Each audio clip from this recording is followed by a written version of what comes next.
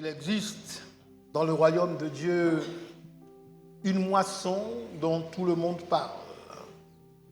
Une moisson que tout le monde réclame, une moisson pour laquelle nous prions.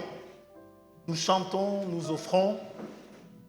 Et pourtant, c'est une moisson dont personne dans la chrétienté contemporaine ne veut payer le prix. Nous sommes entrés dans ce mois, le mois de mai, où dans cette maison, nous avons décidé de nous lever en faveur des nations. Nous avons placé devant Dieu et devant chacun d'entre vous un thème, mission XXL, les nations pour Christ. Et nous l'avons placé devant lui, non pas comme un slogan, mais comme une supplication.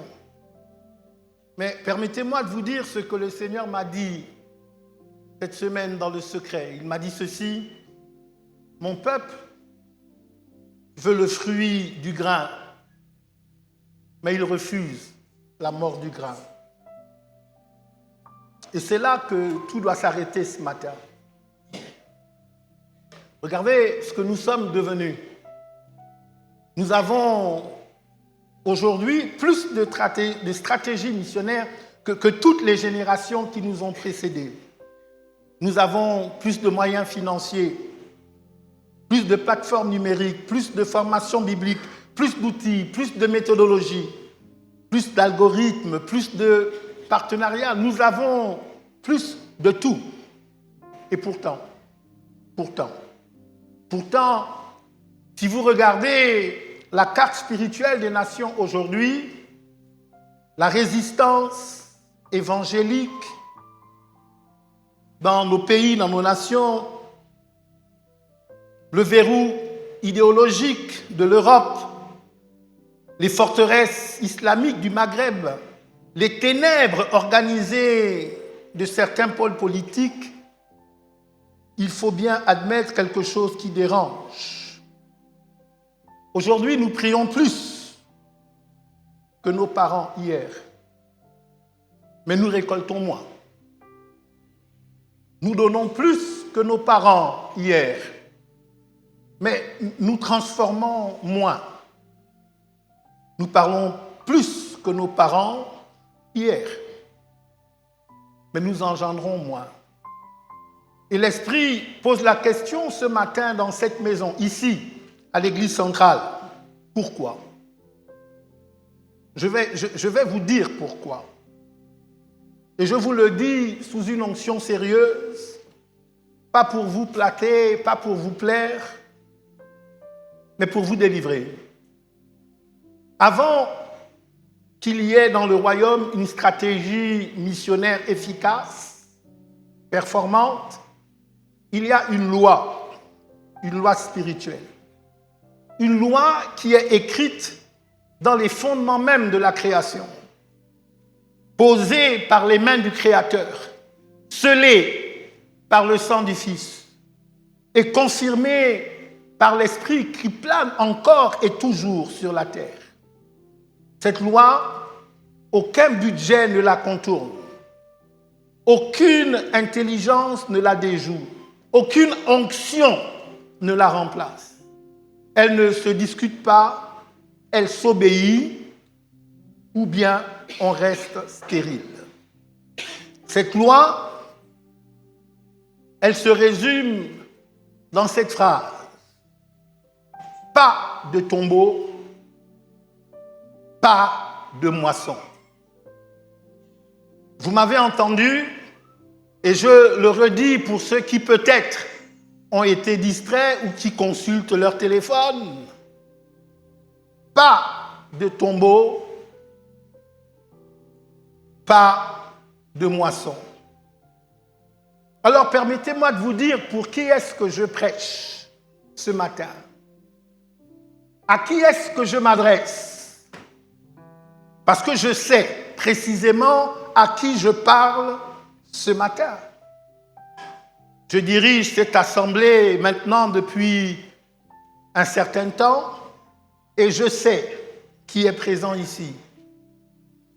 Il y a parmi vous le donateur, celui qui a soutenu fidèlement chaque projet missionnaire, chaque opération dans laquelle nous nous sommes engagés, celui qui a signé des chèques, parfois que personne n'a vu, celui qui a donné dans le secret et qui pense peut-être qu'il est en règle, qu'il est en harmonie avec la mission. Je te dis, ce message est pour toi. Il y a parmi vous l'intercesseur, celui ou celle qui se lève à l'aube pour intercéder pour les nations, qui prie pour le Gabon, pour chaque ville, pour chaque village, qui pleure pour les peuples non atteints, qui jeûne quand personne ne le voit et qui pense peut-être que pour cette raison, il a déjà payé son dû. Je te dis, ce message est aussi pour toi. Il y a parmi vous, dans mes notes, j'ai écrit le marketplace. En fait, c'est l'entrepreneur, c'est le cadre, le grand professionnel, le directeur général, le patron. Celui qui pense que la mission, c'est l'affaire du pasteur. C'est l'affaire des évangélistes. Celui qui dit, moi je travaille, je gagne, je donne. Chacun son rôle. Je te dis ce matin, et regarde-moi, ce message est aussi et surtout pour toi. Et puis, il y a le jeune adulte, l'étudiant, l'étudiante, celui, celle qui est dans la pleine fleur de ses 20 ans, de ses 30 ans, qui regarde sa vie comme un projet à construire, une carrière à lancer, un avenir à sculpter, qui aime Dieu, qui sert dans l'Église, mais qui n'a pas encore accepté la question vraiment dérangeante: à qui appartiennent tes années, celles que tu tiens encore dans ta main? Et c'est là, mesdames et messieurs, que nous allons descendre maintenant. Descendre dans le sol, dans le tombeau du grain. Parce que c'est seulement là, pas dans nos plans, pas dans nos comités, pas dans nos slogans, que les nations seront gagnées pour ensuite être transformées. Je voudrais donc pour vous parler, lire dans l'évangile de Jean, je lirai le chapitre 12, la loi du grain. Je veux, avant de lire ce verset que tout le monde connaît, je veux que nous lisions ensemble l'ensemble des versets. Parce que souvent, ce verset, quand il est cité en déconnexion avec son contexte, alors que c'est quand le contexte est bien compris que la révélation explose. Jean 12, je lirai donc à partir du verset 20. Je suis d'accord que vous lisiez avec moi. Est-ce que c'est affiché? Lisons ensemble. Quelques du nombre de ceux qui étaient montés pour adorer pendant la fête s'adressèrent à Philippe de Bethsaïda en Galilée et lui dirent avec instance: Seigneur, nous voudrions voir Jésus. Seigneur, voudrions voir Jésus. Philippe alla le dire à André, puis Philippe le dirent à Jésus. Jésus leur répondit: l'heure est venue où le Fils de l'homme doit être glorifié. Arrêtez-vous là. Je voudrais que vous visualisez la scène. C'est important. Parfois, quand vous lisez certains récits des Saintes Écritures, que vous cherchiez à imaginer que vous vous comportiez comme des metteurs en scène. d'une pièce de théâtre et que vous imaginiez un peu comment les choses se sont passées. Ça vous permettra parfois de vous rapprocher grandement de la signification et de l'importance du texte.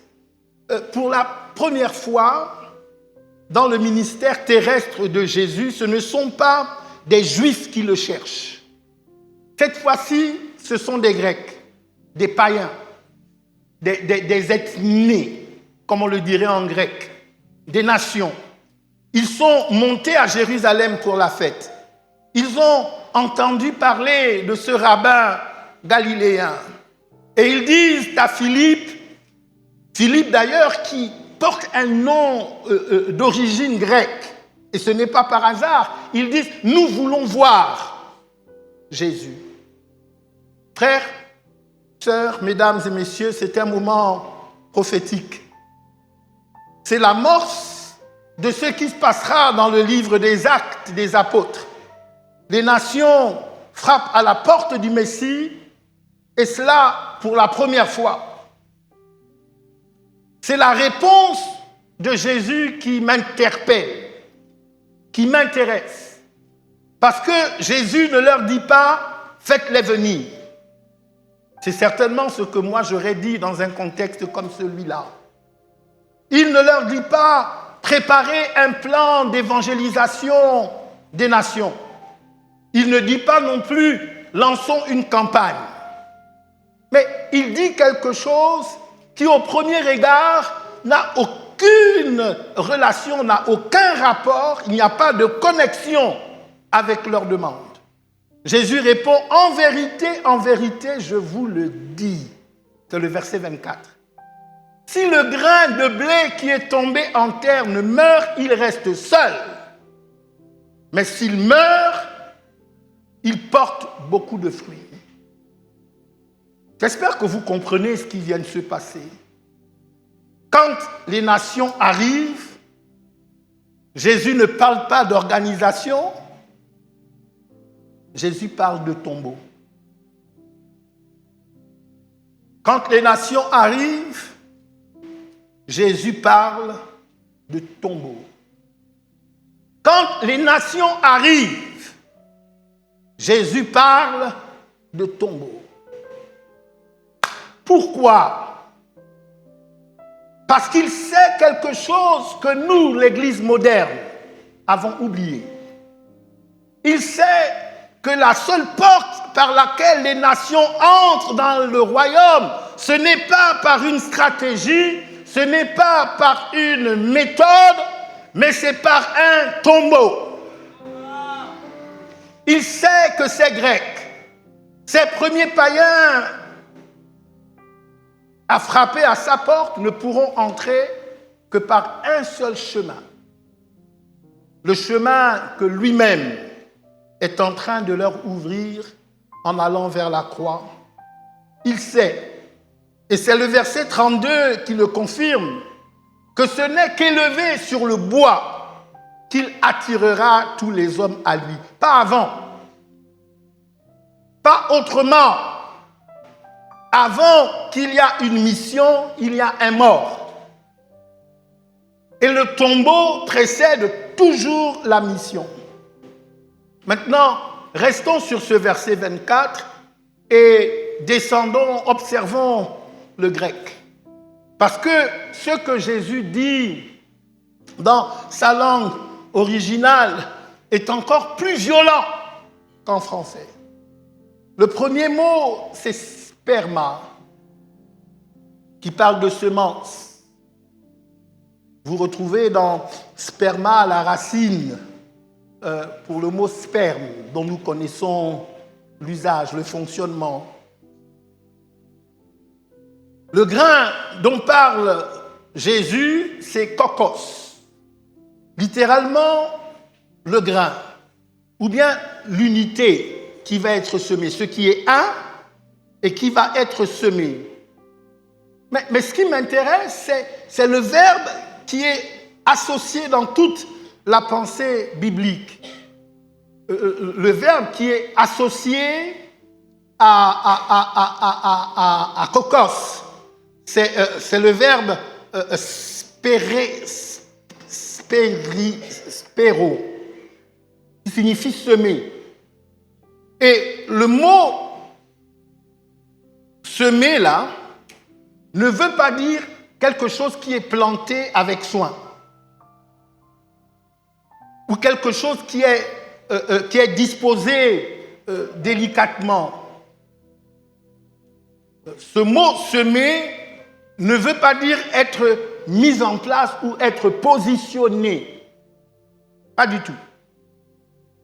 Ce mot semer, qui est associé au grain, ce mot semer fait référence à quelque chose que l'on lance, que l'on jette, que l'on abandonne, que l'on disperse.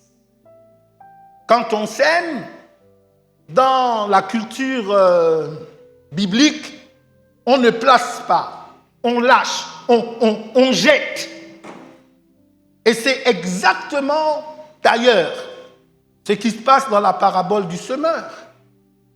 La semence est jetée à la volée, sans contrôle de la trajectoire, avec un acte de renoncement de la part du semeur. Est-ce que vous avez entendu? Le grain ne se dépose pas, le grain s'abandonne. La main qui sème est une main qui lâche. Tout ce qui n'est pas lâché n'est pas semé. Je suis en train d'aller quelque part. Je le dis parce que certaines personnes certainement vont se perdre au fur et à mesure que nous avançons. À un moment ou un autre, tu comprendras que tu es un grain que Dieu doit jeter. Le deuxième mot, c'est apotané, qui signifie la mort. Jésus dit, si elle, donc la semence, ne meurt,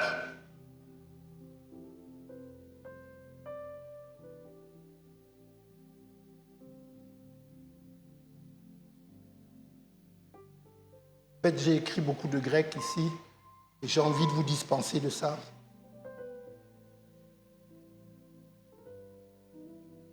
Le verbe qui est utilisé exprime une action ponctuelle.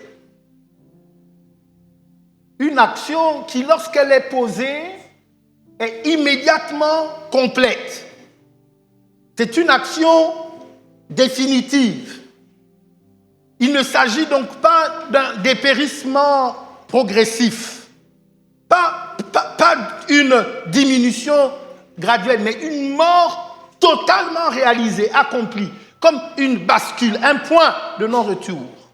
Jésus ne dit pas si le grain s'affaiblit. Il ne dit pas si le grain s'use. Il dit si le grain meurt. Décisivement, une fois pour toutes. Ce qui veut dire, et c'est dur à entendre, qu'il y a dans la mission véritable un moment où le disciple bascule. Un autre mot pour bascule, c'est un moment où le disciple meurt. Un moment où il ne peut plus revenir en arrière. Un moment où il a abandonné sa propre vie au tombeau. Où il sait dans son esprit qu'il ne se reprendra plus. La mission n'est pas une tentative, on n'essaye pas. C'est une bascule. Le troisième mot qui m'interroge, c'est le mot monos. Il est traduit par seul. Le grain qui ne meurt pas, dit Jésus, reste seul, monos. Seul. Pas inutile, pas mauvais, pas perdu, seul. Je veux que vous mesuriez la cruauté de ce mot. Jésus dit que le grain qui refuse de mourir, il garde son intégrité, il garde sa forme, il garde sa réputation, il garde sa propreté, il garde son apparence. Il est exactement comme il était au début. Personne ne peut le critiquer pour ce qu'il est devenu. parce qu'il n'est rien devenu. Mais il est seul, définitivement, stérile dans sa beauté, vierge dans son inutilité, conservé pour rien. Il y a dans nos églises modernes beaucoup de chrétiens monos.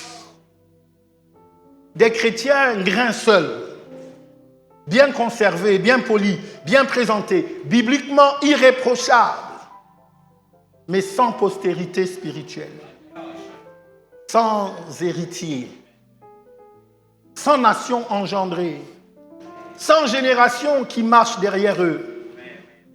Et l'Esprit me demande de poser ce matin cette question pénible, très pénible.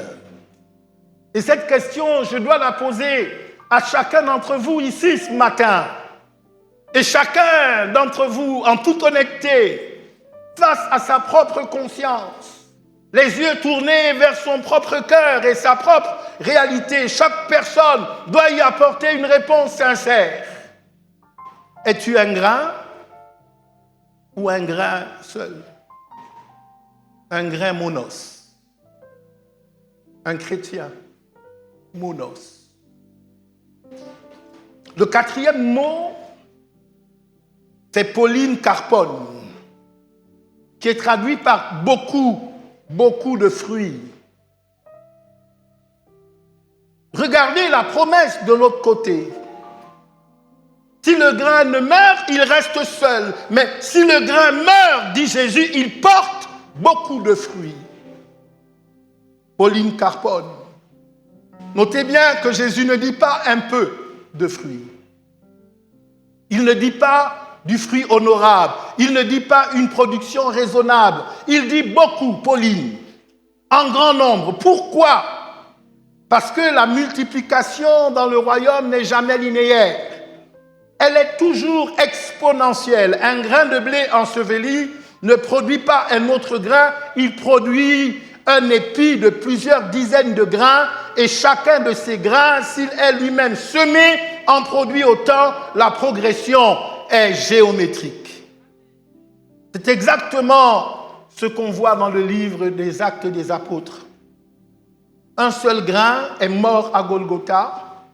50 jours plus tard, à la Pentecôte, 3000 épis se lèvent. Quelques chapitres plus loin, c'est 5000. Quelques années plus tard, c'est l'Empire romain entier qui est ébranlé. Un grain enseveli, et toute l'histoire chrétienne se lève dans son sillage. Christ, je veux que vous le sachiez, est le prototype du grain. Et c'est précisément ici que je veux vous faire entrer dans une dimension christique, christologique, avant l'application pratique. Parce que si nous loupons cette dimension, nous transformons ce verset en une simple leçon de morale missionnaire, et ce serait une trahison au texte. Vous savez, je m'efforce au fil des années d'être un prédicateur de l'Évangile qui ne s'appuie pas sur son histoire personnelle, qui ne s'appuie pas sur ce qui est raconté dans les médias, que ce soit les médias traditionnels ou les médias en ligne. Je m'efforce d'être un prédicateur qui appuie son discours sur les textes. Et lorsque nous attrapons le texte, nous avons la responsabilité de le diviser avec droiture.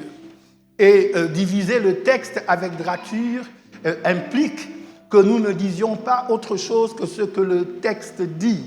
Et lorsque nous utilisons le texte, nous devons rendre justice au texte en extirpant du texte que nous lisons la substantifique moelle. Nous devons être capables d'aller jusqu'à la quintessence de ce que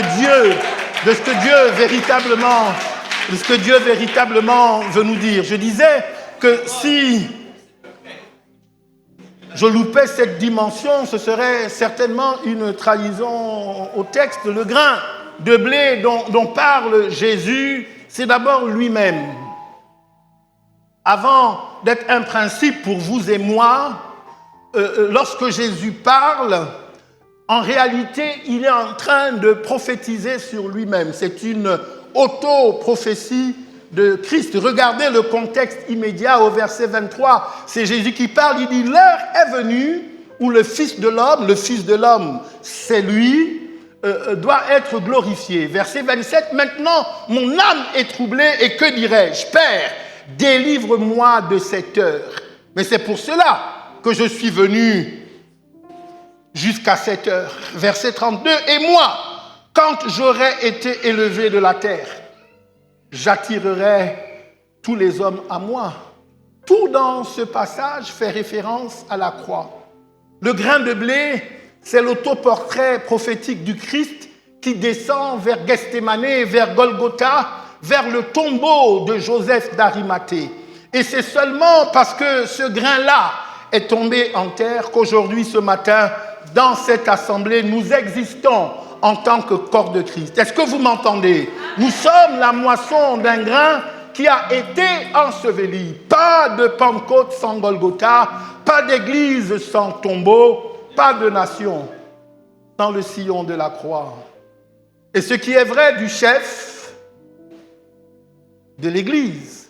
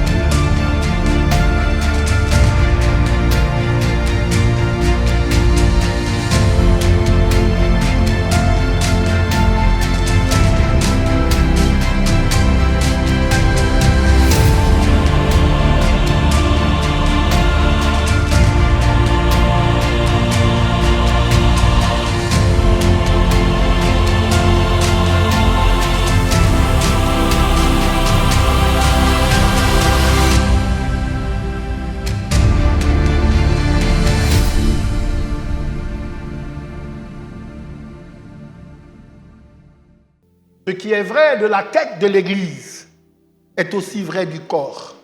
La loi qui s'est appliquée à lui s'applique à nous. Christ ne nous a pas dispensé de ce chemin, il nous l'a frayé. Il nous a tracé le chemin du grain et il nous appelle ce matin à entrer exactement, précisément dans cette même obéissance. Et c'est pour cela que Paul peut écrire en effet Romains 6, 5.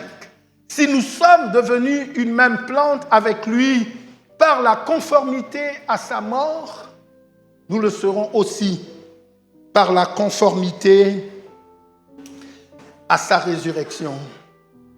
Une même plante avec lui, c'est la vie missionnaire. Conformité à la mort, puis conformité à la résurrection. Il ne peut pas y avoir de conformité à la résurrection s'il n'y a pas d'abord de conformité avec la mort. L'un n'est pas possible sans l'autre. Avant d'aller vers des choses un peu plus pratiques, laissez-moi vous donner une formulation que je souhaite que vous reteniez. Peut-être que vous jugerez utile, si vous prenez des notes, de l'écrire alors que je l'exprime. Une formulation que vous pourrez, lorsque vous serez rentré chez vous et que vous ne serez plus sous le son de ma voix, que vous pourrez répéter certainement chez vous. Une formulation qui condense toute la théologie biblique du grain. Voici cette déclaration qui me paraît importante et centrale dans ce que nous disons ce matin. Dans le royaume, ce qui se garde se perd, ce qui se sème se multiplie, ce qui se protège se stérilise et ce qui s'enterre ressuscite. Est-ce que vous voyez? Est-ce que vous comprenez? C'est exactement l'inverse de la logique humaine. toute notre éducation, toute notre culture, tout notre instinct nous pousse à conserver, à sécuriser, à capitaliser, à protéger. Mais le royaume de Dieu nous dit exactement l'inverse. Conserver, c'est perdre. Sécuriser, c'est stériliser. Capitaliser, c'est s'isoler. Protéger, c'est mourir sans descendance. À l'inverse, lâcher, c'est gagner. Risquer, c'est multiplier. Donner, c'est recevoir. Mourir, c'est engendrer. Permettez-moi de vous rappeler brièvement comment cette loi a fonctionné dans l'histoire de l'Église. Vous savez, je suis, par les études que j'ai faites, à la base, je suis un historien de l'histoire de l'Église. Et ce qui s'est passé dans la vie de ceux qui nous ont procédés m'inspire, me parle profondément. Parce que c'est Salomon qui dit ce qui a été et ce qui est. Ce qui est et ce qui sera. Dieu ne réinvente pas les choses. Au travers de ce que nous vivons et expérimentons, se trouvent toutes les indications de ce que demain va être. En réalité, dans toutes les nations, Dieu ne fait exception de personne. Mais si tu fais aujourd'hui ce que ceux qui t'ont précédé ont fait hier, les mêmes résultats qu'ils ont obtenus, ce sont les résultats que tu obtiendras aujourd'hui. On nous dit que quand Hudson Taylor a regardé la Chine au 19e siècle, c'était 400 millions d'âmes sans Christ. Il s'est effondré. En fait, il est tombé en pleurant sur le pont d'un bateau et il a écrit ceci dans son journal. Il a écrit « Je ne savais pas comment vivre, je savais seulement comment mourir. » Et c'est de cette mort intérieure qu'est née la grande mission pour le territoire chinois. Cette grande mission n'est pas née d'une stratégie, mais plutôt d'un tombeau, d'une mort intérieure. Quand William Borden, un jeune millionnaire américain, a refusé l'héritage de la fortune de sa famille pour partir vers les musulmans d'Égypte, il a écrit, il n'avait à l'époque que 16 ans, il a écrit dans sa Bible 3 mots. No reserves. Pas de réserve. À 18 ans, il a ajouté un autre mot. No retreat. Pas de retraite ou pas de retrait. À 25 ans, alors qu'il mourait du typhus en Égypte, avant même d'avoir prêché un seul sermon, il a ajouté la dernière phrase. No regrets. Pas de regrets. Ces 3 mots sont devenus le déclencheur d'une génération missionnaire. Quand les Moraves de Hermut, au XVIIIe siècle, se sont vendus eux-mêmes comme esclaves, avec pour but, pour objectif, d'évangéliser les esclaves des Antilles. Ils ont crié en montant sur le bateau qui les emmenait à leur tombeau social et physique que l'agneau qui a été immolé reçoive la récompense de ses souffrances. Quand Jim Elliot a écrit dans son journal, avant de partir vers les Hawks qui le tueraient, il a écrit ceci: « Il n'est pas insensé, celui qui donne ce qu'il ne peut garder pour acquérir ce qu'il ne peut perdre. » il prophétisait sur sa propre mort. Et c'est précisément cette mort qui, par le livre de sa femme Élisabeth, a déclenché un courant missionnaire mondial qui dure encore aujourd'hui. Citez-moi, si vous le pouvez, un réveil, un seul réveil dans toute l'histoire de l'Église qui n'a pas commencé par un tombeau.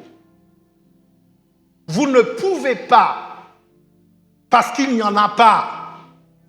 La loi du grain est universelle, elle est transhistorique, elle est inflexible. Les seules nations qui sont tombées sont les nations sur lesquelles un grain est tombé. Les seuls réveils qui ont éclaté à partir d'une mort acceptée. Jésus lui-même a dit, personne ne me prend ma vie, mais je la donne volontairement. Et la question ce matin est devenue brûlante, insupportable, inévitable. Et il est temps de la poser à nu. Il est temps de la poser crûment, clairement. Quel grain refuses-tu de semer, toi? Je voudrais nommer devant vous ce matin 4 maladies spirituelles qui rongent notre Église.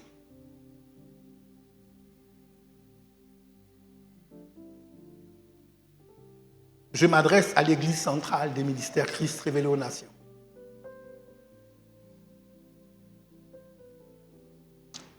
L'Église que nous constituons, celle que nous sommes. 4 maladies qui ne nous tuent pas instantanément, mais qui nous condamnent à une forme de stérilité missionnaire. 4 maladies qui nous empêchent individuellement et aussi collectivement de porter beaucoup de fruits.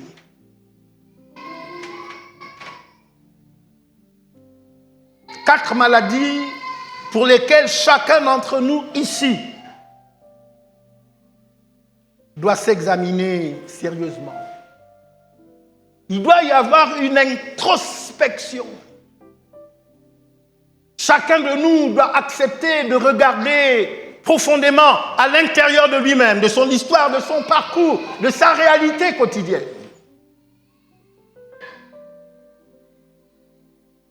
Se regarder dans le miroir de la parole de Dieu qui nous est présentée. La première maladie, c'est celle qui consiste à soutenir, pour se donner bonne conscience, sans souffrir. Faire le minimum au maximum. En trompant le regard de ceux qui nous observent. Mais tu dois savoir que si tu peux tromper le regard du pasteur, le regard même de l'évêque, le regard des frères et sœurs qui t'entourent, de ceux avec qui tu viens semaine après semaine communier, il est clair et certain qu'il t'est impossible de tromper Dieu, parce que lui, il sait. C'est la maladie du donateur fidèle.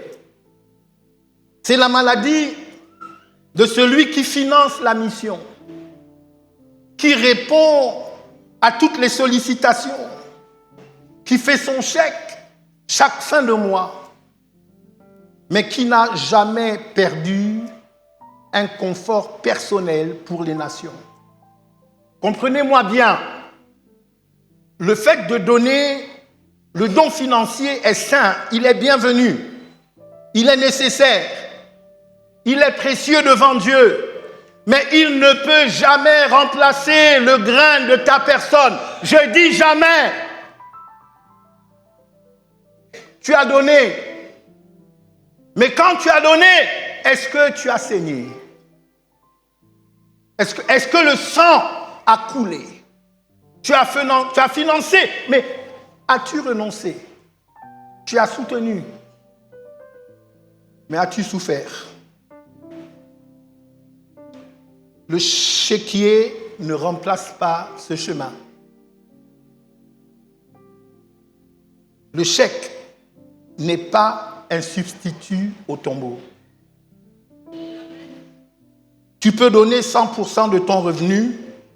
Si tu n'as pas donné un seul jour de ta personne, tu n'as encore rien semé de toi-même et le ciel le sait. La deuxième maladie, c'est celle qui consiste à envoyer sans aller. C'est la maladie de la délégation spirituelle, la maladie de celui qui se réjouit quand d'autres partent, quand d'autres vont évangéliser, quand d'autres payent le prix, mais qui n'envisagent jamais d'y aller eux-mêmes. Ceux-là qui applaudissent le missionnaire lors du culte des missions et où on envoie les missionnaires. Je sais que dans nos églises, ce n'est pas notre tradition, mais dans les autres pays, il y a chaque année un culte des missions et tous ceux qu'on doit envoyer en mission se rassemblent là, on prie pour eux, on les envoie avec la bénédiction collective. Je parle de celui qui applaudit le missionnaire au culte d'envoi, mais qui n'a jamais demandé à Dieu, qu'en est-il de moi, Seigneur? Et moi, Seigneur. Combien d'envoyeurs sont en réalité, ici j'ai écrit des évitants, mais on pourrait dire des éviteurs. Combien d'amens prononcés à l'autel d'envoi sont en réalité des soupirs de soulagement? Heureusement que ce n'est pas moi que tu envoies, Seigneur. Je vois parfois lorsque nous recevons des prophètes, vous savez, ces gens qui ont la capacité de voir ce qu'on ne voit pas, et je vois parfois, alors qu'ils se déplacent dans la salle, comment certains regards deviennent fuyants. Lorsque tu croises les yeux du prophète, tu baisses la tête parce que tu crains que le prophète révèle ton appel à te mettre toute ta vie à la disposition de Dieu pour le servir. Je vois certaines personnes qui, lorsque les prophètes les regardent, comme s'ils évitent que la balle prophétique ne le touche, de peur qu'il ne meure dans le service auquel Dieu l'appelle.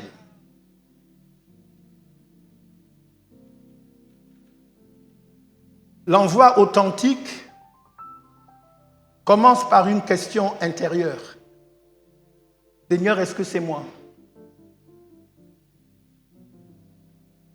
Je dois le dire pour être entendu, il n'y a personne dans la maison de Dieu que Dieu n'appelle pas.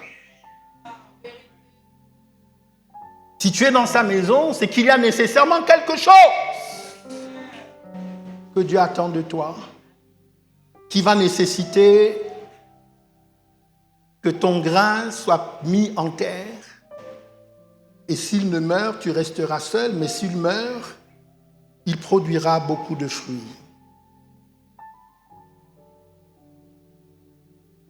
Ici, j'ai écrit, et tant que tu n'as pas posé cette question avec un cœur disponible, le fait d'envoyer les autres n'est qu'une délégation spirituelle, une externalisation de ton obéissance. Ça veut dire que tu n'obéis pas, mais tu obéis par personne interposée. Et la personne interposée risque de récolter le fruit de cette obéissance à ta place. Troisième maladie, prier sans payer. C'est la maladie de l'intercesseur dévoué. Celui qui prie pour les nations à 5 heures du matin, qui pleure sur le pays, qui pleure sur les gouvernants, qui pleure sur l'Église. Il jeûne 2 fois par semaine, parfois dans le secret, souvent dans le secret. et qui pense légitimement qu'il a fait sa part. Frère intercesseur, sœur intercesseuse, Dieu connaît ton autel. Il a entendu tes larmes, il ne les méprise pas, mais il te pose ce matin une question chirurgicale. Tes prières sont-elles enceintes ou seulement pieuses? L'intercession véritable est obstétrique. Elle enfante.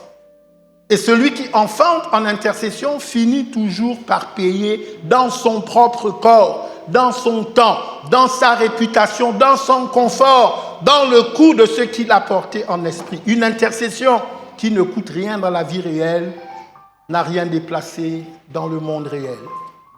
L'autel de la prière et l'autel du sacrifice sont collés.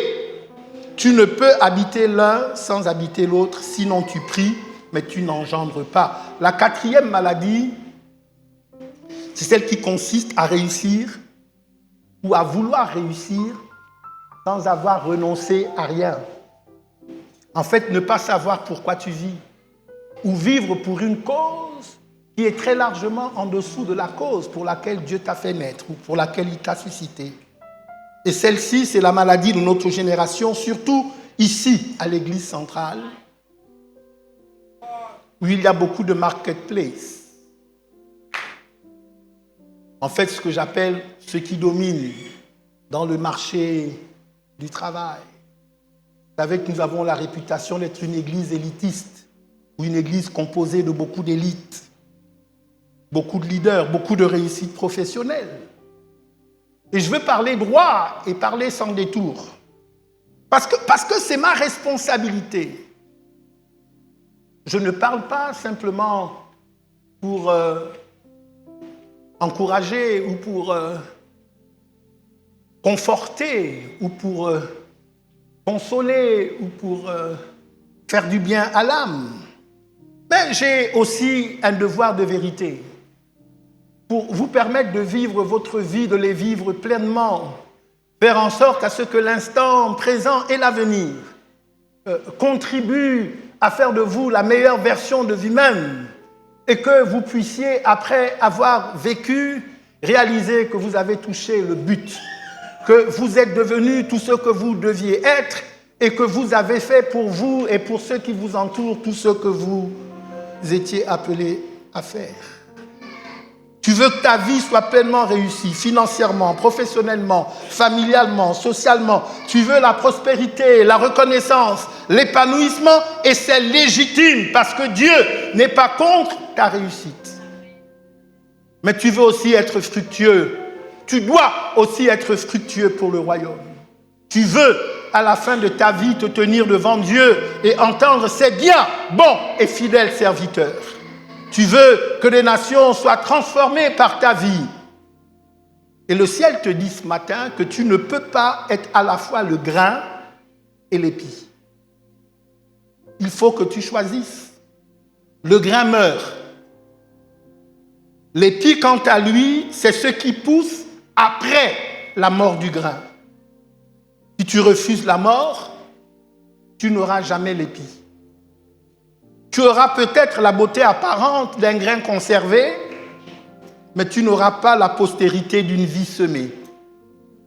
Et si tu choisis le grain, c'est-à-dire si tu choisis ce chemin, alors l'épi viendra. Mais il viendra à la condition d'avoir fait ton tombeau d'abord.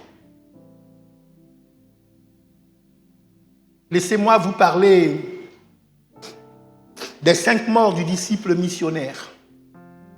Maintenant, descendons dans le concret. Que veut dire bibliquement mourir comme un grain? Cela ne veut pas dire mourir physiquement, nécessairement. Ou disons pas pour la majorité. Parce que je veux quand même que vous sachiez que quand on parle de Christ, il n'a pas fait semblant de mourir. Et que je veux aussi que vous sachiez que sur les 12 apôtres de l'agneau, un seul est mort de vieillesse. Tous sont morts sous l'effet de la persécution de façon violente. Certains sont morts décapités. D'autres sont morts cloués sur une croix. D'autres sont morts jetés dans des bouilloires, dans des huiles chauffées à bloc. Bon, mourir, c'est mourir.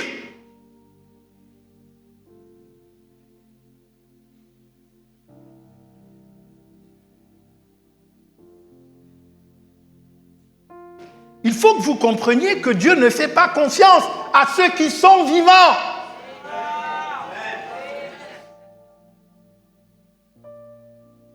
Il y a au moins 5 morts intérieures que j'ai identifiées, 5 tombeaux successifs que tout disciple authentique doit traverser.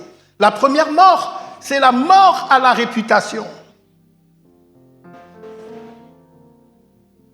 Je me souviens, il y a quelques années, j'étais à Accra, au Ghana, et j'étais en entretien avec l'archevêque Duncan Williams, qui est mon père spirituel. Et j'avais le cœur lourd. Et j'étais troublé dans mon esprit, j'avais mal à l'âme.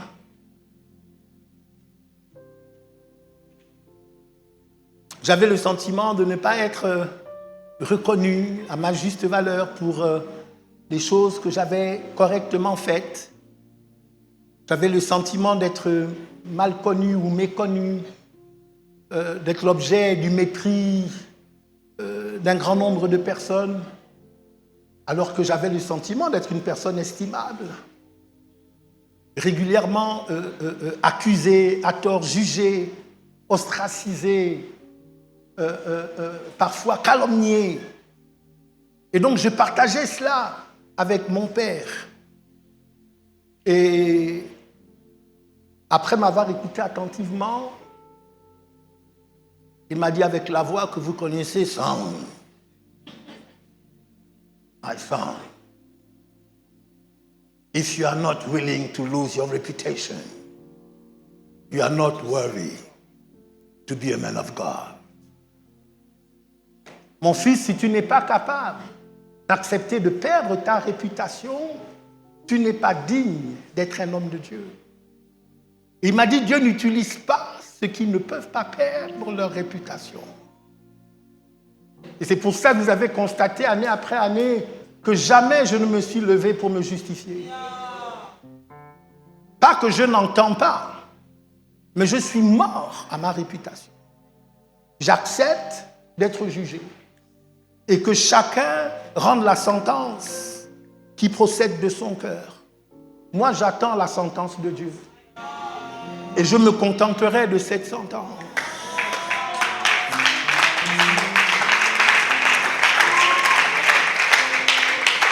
Christ est mort à sa réputation avant de mourir à la croix. La Bible dit, mais il s'est dépouillé lui-même en prenant la forme d'un serviteur, en devenant semblable aux hommes. Philippiens 2,7. Dépouillé, kénosis. Il a accepté d'être mal compris, mal interprété, mal jugé. Et tout disciple missionnaire passera par là. Tu seras incompris, tu seras jugé. Ta famille te dira que tu gâches ta vie. Tes collègues te diront que tu es naïf, manipulé. Et tu auras à mourir au regard des autres pour vivre devant Dieu seul. Une de nos difficultés à évangéliser, à parler de Jésus autour de nous, c'est que parfois nous avons honte. Nous sommes trop vivants en nous-mêmes. Nous avons peur d'être traités de naïfs, d'être traités d'illuminés. Nous avons peur que les gens nous prennent pour des idiots, pour des imbéciles. Parce que nous croyons en Dieu. Parce que nous acceptons de faire confiance à nos pasteurs, à nos évêques, à nos frères et sœurs en Christ. Que Dieu nous vienne en aide. La deuxième mort, c'est la mort au confort. Paul dit dans 2 Timothée, souffre avec moi. Dites, souffre avec moi. Comme un bon soldat de Jésus-Christ. Le confort, ce n'est pas le mal. Mais le confort comme idole, le confort comme critère de décision, c'est l'ennemi de la mission. tant que tu ne décides pas, non, tant que tu ne décides qu'en fonction de ton bien-être, tu n'es pas encore mort comme un grain. Tu es encore au-dessus du sol. Troisième mort, la mort aux ambitions personnelles. J'ai été crucifié avec Christ et si je vis, ce n'est plus moi qui vis, c'est Christ qui vit en moi. Galates 2:20. Tes rêves ne sont pas mauvais, mais ils doivent passer par la croix avant de pouvoir être ressuscités selon le plan de Dieu. Le rêve qui n'est pas mort n'est pas encore un rêve crucifié. Et un rêve qui n'a pas été crucifié ne portera pas les nations, il ne portera que toi-même. La quatrième mort, c'est la mort aux frontières culturelles. Je me suis fait tout à tous afin d'en sauver de toute manière quelques-uns. Je suis en train de terminer, je suis un peu fatigué. La mission XXL exige une mort à ton confort culturel, à tes préférences de langue, de cuisine, de musique et de style. Tu ne peux pas franchir la frontière de ce que tu aimes. Non, si tu ne peux pas franchir la frontière de ce que tu aimes pour atteindre ce que Dieu aime, tu resteras dans ta tribu. Je suis en train de dire quelque chose d'important. Et c'est un problème que j'ai rencontré il y a une trentaine d'années lorsque je suis rentré des États-Unis et que j'ai commencé le ministère dans ce pays et que je me suis rendu compte que le Gabon est un pays extrêmement ethnicisé, tribalisé. L'éducation que l'on donne aux enfants est une éducation qui combat l'unité nationale. On demande aux gens de réfléchir en tant que Fan, réfléchir en tant que Miémé, réfléchir en tant que Pounou, en tant que Nzébi. On vous forme à considérer que ceux qui ne sont pas de la même ethnie que vous sont des étrangers, qu'ils ne peuvent pas être vos frères. Certains vous disent, mais il est ton frère en Christ à l'église. Mais en réalité, il n'est pas vraiment ton frère en Christ parce que ton vrai frère en Christ, c'est le frère de la tribu. Et c'est un mal que j'ai rencontré même dans l'église. Et on le voit parfois quand on chante. Dès qu'on met un rythme Fan, tous les fans se soulèvent. Ils dansent, ils font du bruit. Il faut que toute l'église sache qu'ils sont Fans. Et pendant qu'ils font cela, les Pounous restent assis à leur place. Parce que eux, ils ne doivent pas danser avec le rythme des Fans.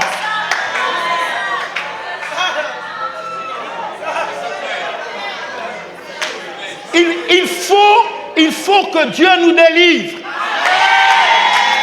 Parce que l'apôtre Paul dit, il n'y a plus ni grec ni juif. Aujourd'hui, ce qui compte, c'est notre appartenance au royaume. Et dans le royaume, il y a aussi des règles, il y a aussi des principes, il y a aussi une solidarité. Nous avons du mal à prêcher l'évangile. Vous savez, à un moment donné, j'ai voulu affecter un pasteur dans une ville du Gabon. Et on m'a répondu, on ne peut pas le recevoir parce qu'il n'est pas de notre ethnie.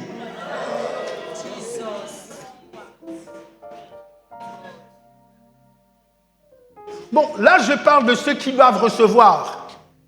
Mais parlons aussi de ceux qui veulent aller.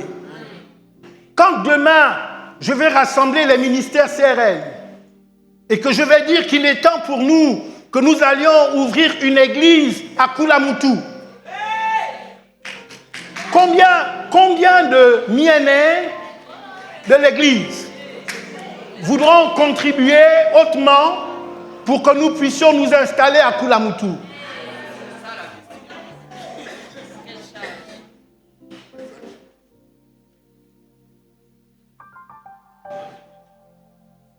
Au Bangam, Chinazizo,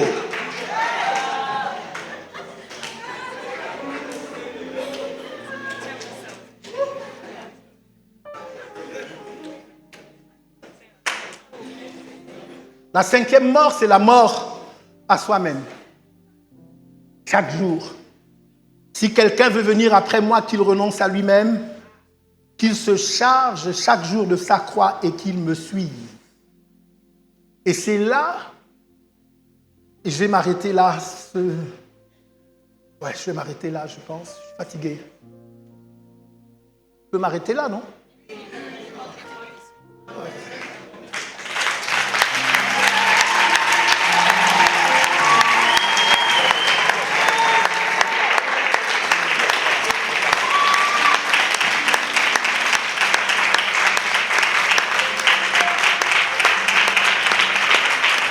Je discutais la semaine dernière avec une dame de la maison.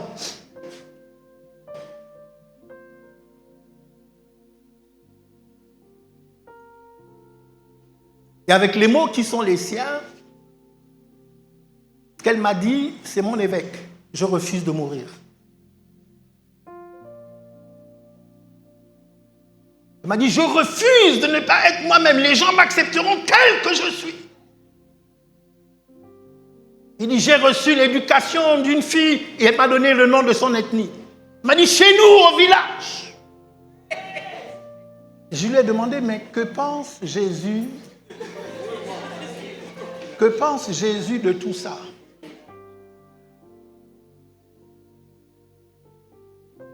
Il y a des gens qui sont prêts à renoncer au fait de porter beaucoup de fruits parce qu'ils veulent être vivants. Il y a trop d'ego dans la maison de Dieu. Est-ce que vous savez qu'il y a des gens qui parfois ne viennent pas au culte simplement parce qu'un petit enfant, parfois qu'ils ne connaissent même pas, leur a manqué de respect pendant qu'ils entraient à l'église. Et l'ego est tellement surdimensionné qu'ils ne sont pas capables de pardonner. Ils ne sont pas capables de mettre les choses en perspective. L'apôtre Paul dit, parce qu'il considère que nous sommes brisés, que nous sommes morts en nous-mêmes, il dit que nous avons été appelés à supporter même les injustices. Tu sais que ce dont tu as été victime, ce n'est pas normal, mais tu l'acceptes parce que tu es chrétien, parce que tu es fils de Dieu, parce que tu donnes la priorité à ceux qui doivent avoir la priorité. C'est ça l'évangile que nous prêchons.